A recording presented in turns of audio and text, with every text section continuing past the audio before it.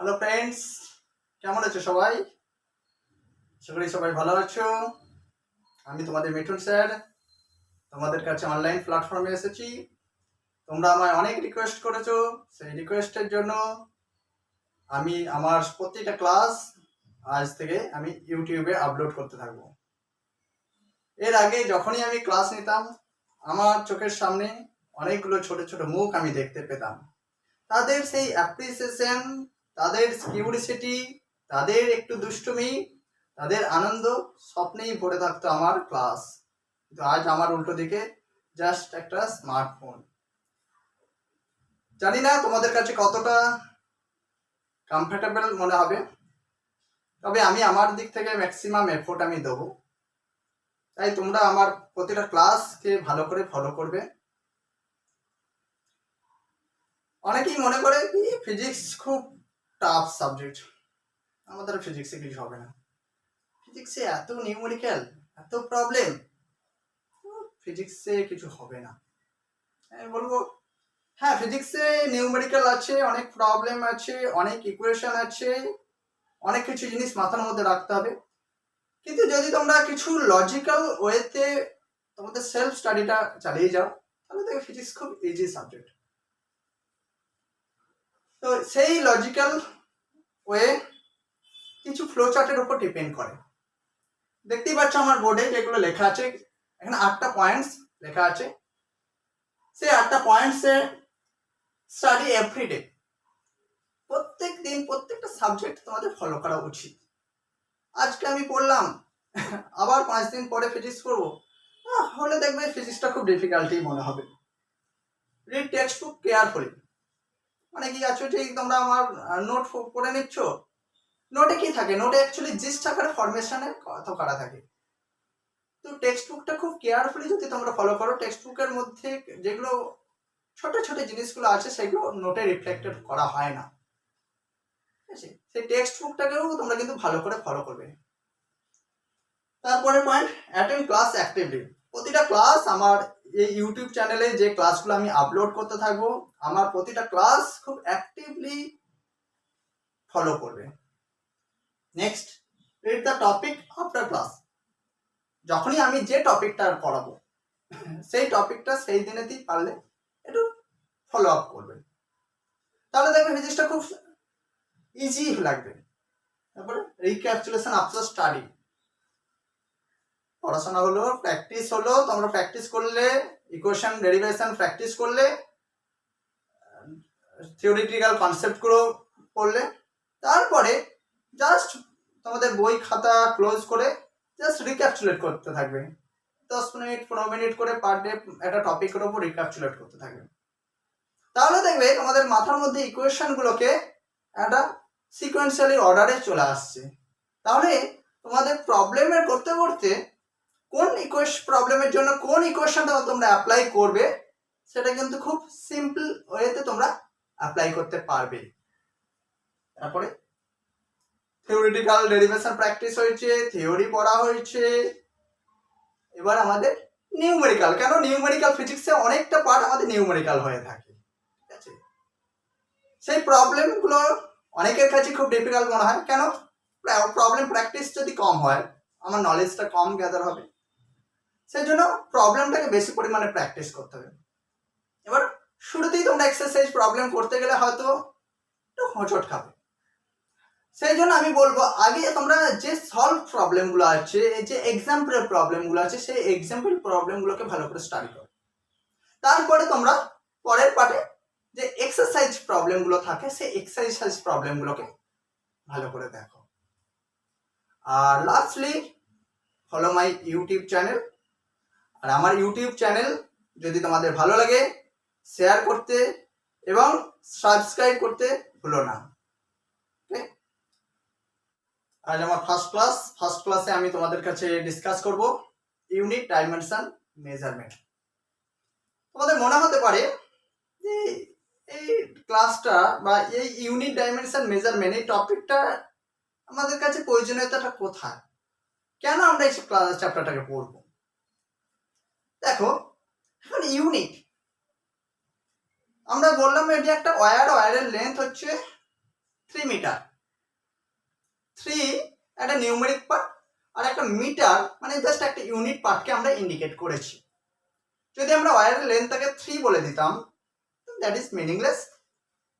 তাহলে 3 এর সাথে আমরা কি করছি, পাশে যখনই মিটার দিচ্ছি তখনই সেটাকে একটা মিনিংফুল বোঝাচ্ছি। এখন একটা বডির মাস যদি 5 গ্রাম, 5 গ্রামের জায়গায় আমি যদি জাস্ট 5 ইন্ডিকেট করতাম তাহলে সেটা বডির মাসকে রিপ্রেজেন্ট করতো না। 5 এর পাশে যখনই আমি গ্রামটাকে ইনক্লুড করছি তখনই আমার বডির মাসটাকে রিপ্রেজেন্ট করছি। তাহলে এই ইউনিটটা কিন্তু নেসেসিটি আছে। সেই ইউনিটের উপর আমরা ইউনিটগুলোকে ডিরাইভ করতে গেলে আমাদের ডাইমেনশনটাকে জানতে হবে। সে ডাইমেনশনের মধ্যে আমাদের যেগুলো কিছু আছে ফান্ডামেন্টাল ইউনিটস, কিছু আছে ডিরাইভ ইউনিটস। ফান্ডামেন্টাল ইউনিটসের মধ্যে মাস, লেন্থ, টাইম এগুলো হচ্ছে ফান্ডামেন্টাল। আমি তোমাদের কাছে যখন ইংলিশেও ডিসকাস করব সঙ্গে সঙ্গে আমি বাংলা টার্মগুলোকেও আমি বলবো। মাস যেমন ভর, লেন্থ হচ্ছে দৈর্ঘ্য, আর টাইম হচ্ছে সময়।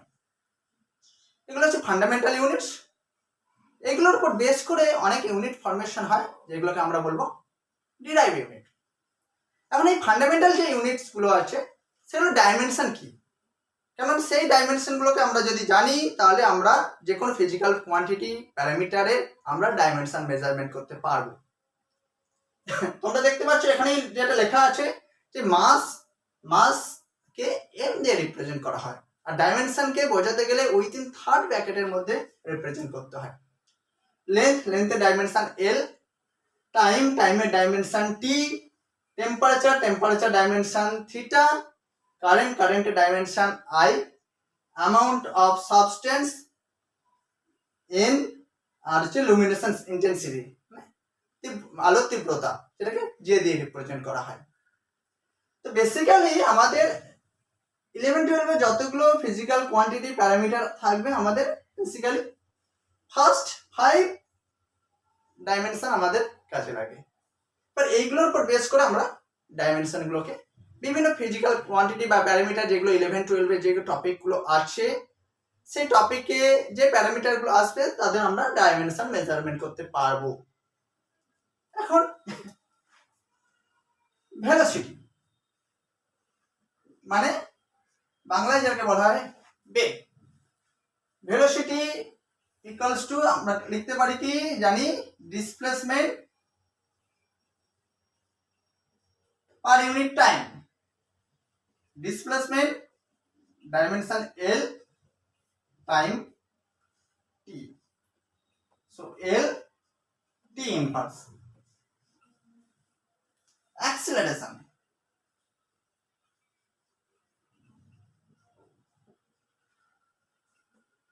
change in velocity by time, it is L T inverse by T, L T to the power minus 2. Momentum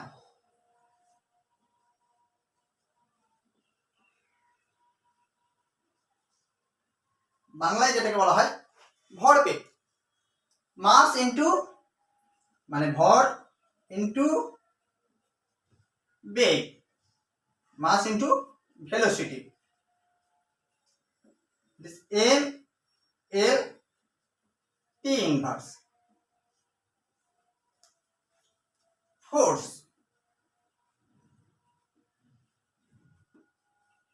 মানে বল, force equals to mass into acceleration, that is m l t to the power minus 2.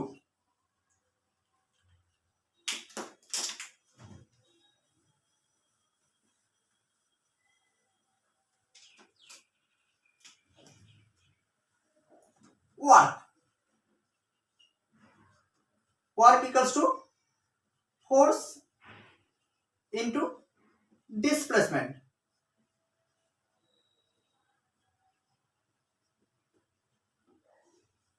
m l t to the power minus 2 into l. L square t to the power minus 2. Energy is the ability to do what? Kinetic energy, potential energy, heat energy, যে কোনো energy হোক না কেন, energy, all energy having the same dimension. So energy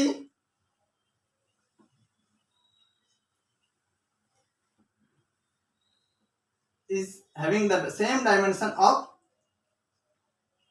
what? Power, what?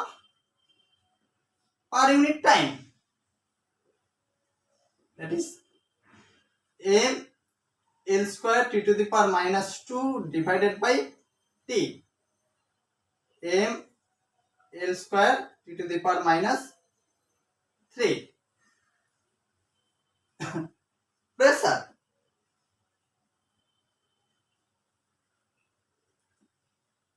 Force per unit area. That is force m L t to the power minus 2 divided by L square. So m L to the power minus 1 t to the power minus 2. This is the dimension of pressure. Surface tension মানে পৃষ্ঠটান।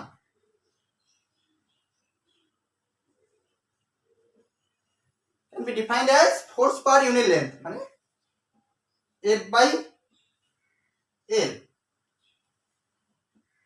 That is m L t to the power minus 2 divided by L. M t to the power minus 2.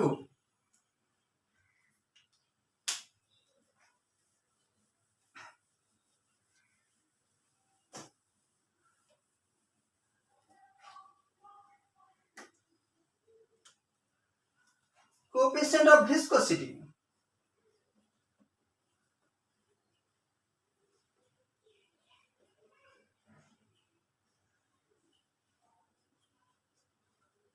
Coefficient of viscosity যেটাকে eta দিয়ে denote করা হয়। এখন সবার মনে হতে পারে তোমাদের যে কোএফিসিয়েন্ট অফ ভিসকসিটিটা কি। দেখো একটা টিউবের মধ্যে দিয়ে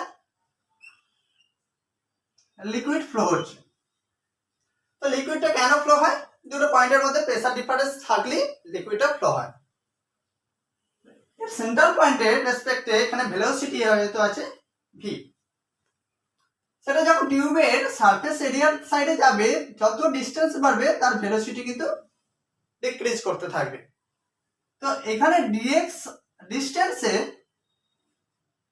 জন্য যদি ভেলোসিটি চেঞ্জটা ডিভি হয়, তাহলে এখানে ভেলোসিটি কত হবে? V minus DV.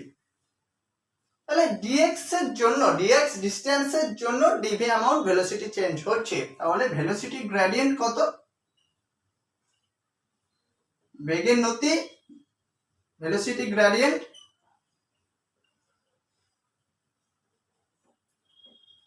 DV dx. তো এখানে এই লিকুইডের যে ভিসকাস ফোর্সটা কাজ করছে, সেই viscous force F proportional to area and F proportional to velocity gradient dv dx।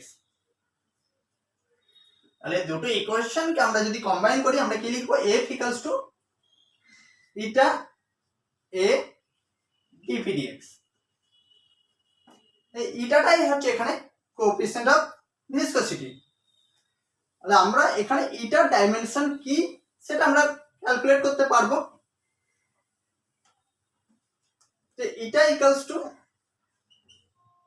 f into dx by a dv। f m l t to the power minus 2 dx হচ্ছে length, l a হচ্ছে area l square, dv হচ্ছে l t to the power minus 1।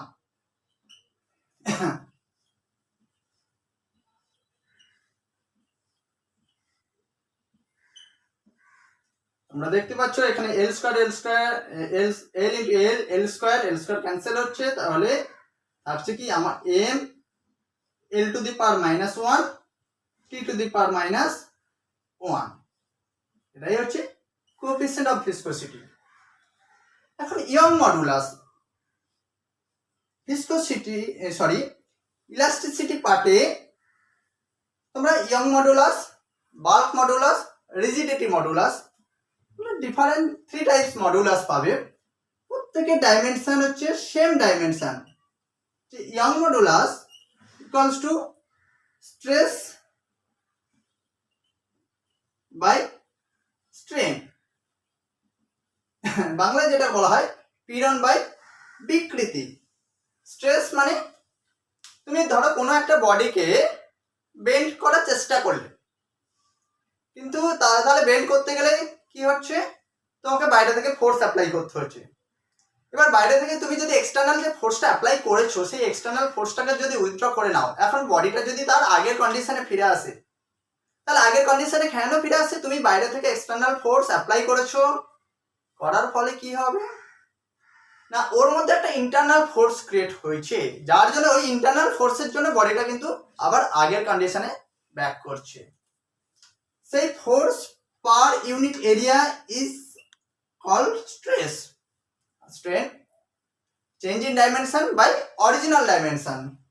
আমরা যদি বডিটা যদি length change হয়, ধরো length হচ্ছে প্রথমে ছিল 5 মিটার, এখন সেটাকে চেঞ্জ করা হলো বাইরে থেকে এক্সটার্নাল ফোর্স দিয়ে, তার লেন্থ চেঞ্জ করে হচ্ছে 6 মিটার, মানে 6 মিটার করা হলো। তাহলে চেঞ্জ ইন লেন্থ কত, 1 মিটার। তাহলে change in dimension by original dimension মানে 1/5।